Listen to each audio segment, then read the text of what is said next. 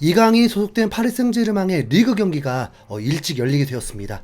리그왕은 18개 팀으로 리그 경기가 34경기입니다. 프리미어 리그보다 4경기가 적죠. 그리고 리그왕은 대놓고 구단들의 챔피언스 리그를 전폭적으로 지원합니다. 아마도 손흥민이 지적하는 부분이 이런 거겠죠. 파리 생제르맹은 어차피 단골 챔피언스 리그 팀이니까 스케줄을 미리 정리하기도 하죠. 그래서 이 경기를 치르고 아스날 경기를 준비하는데 부담은 조금이라도 덜합니다. 아스날은 토요일 밤 11시에 경기를 합니다. 파리 생제르맹이 상대하는 팀은 스타드 렌입니다. 파리 생제르맹은 5승 1무로 리그 1위이고 스타드 렌은 2승 1무 3패로 리그 8위인 팀입니다. 축구 팬들이라면 이 경기가 치르기 전에 주전 여부에 대해서 따질 수도 있을 것입니다. 어떤 경기가 더 중요하냐? 네. 중요한 경기에 주전들이 활용될 테니까요. 그런데 둘 다 중요한 경기라면요. 현재 리그 무패인 파리 생제르맹이 리그 경기 힘을 빼고 아스날전을 준비할 것이냐, 아니면 리그도 중요하니까 이 경기부터 승리하고 가야 할 것 아니냐. 네. 엔리케 감독이 어떻게 선발 라인업을 가져갔는지에 따라 예상을 할 수 있겠죠. 이강인은 선발 출전이었습니다. 사실 이강인이 주전이냐 아니냐에 대한 논란이 프랑스 안에서도 분명 있는데, 주전이 아니라고 생각한다면 그럼 아스날전에 주전들이 투입인가라고 또 의심할 거 아니에요. 자, 라인업을 좀 보죠. 덴벨레, 하키미, 자이르에메리, 바르콜라, 마르키뉴스, 네베스. 네, 확실히 주전들이죠. 이강인도 선발 출전이었습니다. 그리고 베랄두, 파추, 파비앙 루이스, 골키퍼는 사포노프였습니다.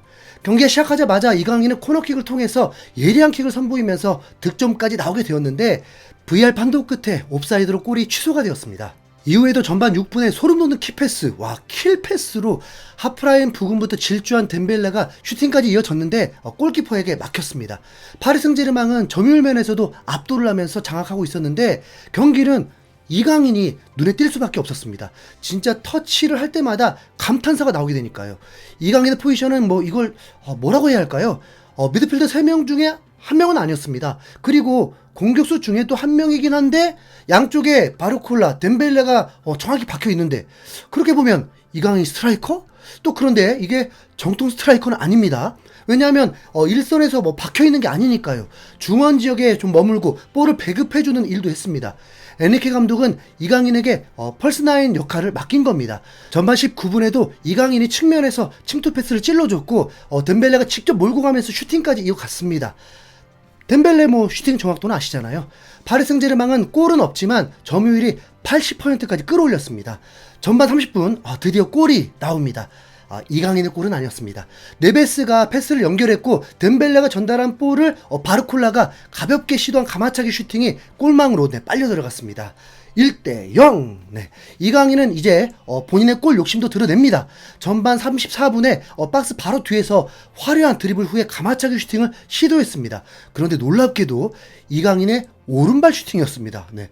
와, 이강인이 오른발 슈팅 가마차기까지 되면 이건 진짜 1,500억입니다. 네. 이강인은 AI 평점으로 이미 최고 평점이었습니다. 패스 능력, 탈압박 능력이 정말 미쳤습니다. 아무리 우리가 응원하는 선수라고 해도 2,000평 공간에서 그냥 쇼를 보는 것 같은 느낌이에요. 네. 이강인은 전반에만 키패스를 6개를 만들면서 대활약이었습니다.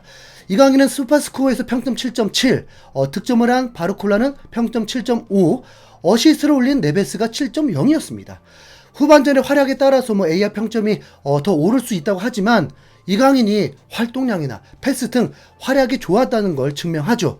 이강인은 키패스 6개, 크로스 5개 중에 3개 성공, 롱볼 3개 100% 성공, 패스 성공률도 100%인 줄 알았는데 패스 한번 미스가 있으면서 96%가 되었습니다. 근데 그 장면도 스스로 다시 뺏어옵니다. 네. 파리 생제르맹은 전반 점유율이 70% 육박했고 슈팅이 13개가 나왔습니다. 근데 파리를 떠난 음바페가 바르콜라에게 좀 비결을 전수하고 갔나봐요. 바르콜라가 에이스 욕심이 있어 보였습니다. 그럼 그냥 덴벨레와 욕심 라이벌이라고 보면 돼요. 네. 전반에 두세 골 넣으면 엔리케 감독의 결정들이 좀 더 수월하겠지만 우선 라인업의 변화를 주긴 좀 어렵겠죠. 이강인은 파리 생제르맹이 스트라이커들이 부상이 생기면서 그 공백이 생긴 걸 채워주는 역할이기도 합니다. 아스날전을 대비하기 위해서는 추가골이 필요한 상황인데 뭐 4일 쉬고 경기니까 뭐 엄청난 부담은 아니긴 합니다. 후반 시작 전에 그라운드에 나오면서 이강인이 브라질 국대 마르키뇨스와 대화를 하는 모습이 굉장히 인상적이었습니다. 스페인어로 대화할 거 아닙니까? 아니면 브라질은 본래 포르투갈어를 사용하는데 와, 이렇게까지 자연스럽게 대화가 되고 있다면 그냥 이강인은 진짜 다른 나라 선수처럼 느껴졌습니다. 이강인의 킥으로 후반이 시작이 되었고 후반 12분 우리가 기다렸던 이강인의 리그 3호 골이 터집니다. 이강인이 중앙에서 덴벨레 패스를 받았고 다시 바르콜라에게 패스해줬는데 바르콜라가 뭐 그냥 딱 봐도 또 슈팅을 이어가려고 하더라고요. 그때 이강인은 스트라이커로 바뀌면서 골대 안으로 침투를 합니다. 바르콜라의 슈팅이 매우 좋기도 했고 골대가 맞으면서 굴절이 됐는데 이때 이강인이 공간을 찾아 침투했는데 그 볼이 강인에게 오면서 다이빙 헤딩으로 골을 넣게 되었습니다. 7라운드 만에 이강인의 리그 3호 골입니다. 이러면 와 진짜 리그 두 자릿수 득점 기대해볼만 하죠. 네. 이강인은 이미 1, 2라운드에서 르하브르, 몽펠리에를 상대로 두 골을 넣었습니다. 2대 0이 되고 엔리케 감독이 이제 어떤 선택을 할지가 궁금했죠. 이제 교체를 하는 선수는 아스날전에 선발 출전이라고 보면 됩니다. 솔직히 이강인이 교체 당하길 바랬습니다. 네. 보통은 풀타임을 바라잖아요. 이강인이 교체 당하면 아스날 빅매치 선발 출전 확정이라고 못 받게 되니까요. 68분에 바르콜라가 멀티골까지 넣게 되면서 이제 3대 0까지 앞서가게 됩니다. 스타드렌이 뭐 그렇게 못해 보이진 않는데 분명 파리 생제르맹이 확실히 강해 보이긴 합니다. 찬스도 많이 만들었고 양쪽 윙어가 진짜 빠르고 잘 제낍니다. 3대 0이 되자 엔리케 감독은 선수 교체를 합니다. 마르키노스, 파비앙 루이스, 바르콜라를 한 번에 교체를 했습니다. 그러면서 이강인은 계속 경기를 이어갔고 아직 2명 남았는데 82분에 덴벨레도 교체를 시킵니다. 제가 원하는 시나리오는 일어나지 않았습니다. 이강인은 이러면 풀타임이 거의 확정이 됩니다. 아무리 뭐 3대 0이라고 해도 공격수 3명을 모두 허접으로 좀 바꿀 수는 없잖아요. 그런데 이걸 다른 시각으로 좀 봐야 합니다. 하키미, 자이레메리도 풀타임이거든요. 누가 봐도 이 두 선수 아스날전 선발 유력하고요. 뭐 이 정도면 아스날전 뭐 선발이 또 아니어도 뭐 실망할 것도 아닙니다. 이강인은 파리 생제르맹에 무조건 필요한 선수인 걸 확인이 됐으니까요. 파리의 현지 매체에서도 이강인을 선발로 써야 한다고 강력하게 요구하는 분위기거든요. 파리 생제르맹은 베랄두가 박스 안에서 핸드볼이 나오면서 페널티킥이 나오게 되었고 경기는 이렇게 3대 1로 파리 생제르맹이 승리했습니다. 후반 막판에는 파리 생제르맹의 주전 선수들을 바꾸면서 어려움들을 겪게 되었는데 뭐 이강인의 리그 3호 골을 터뜨리면서 기분 좋은 승리를 시청할 수 있었습니다. 바르콜라는 멀티골을 넣으면서 평점 9.1이 되었고 이강인은 8.7이라는 고평점을 받으면서 대활약을 인정받았습니다.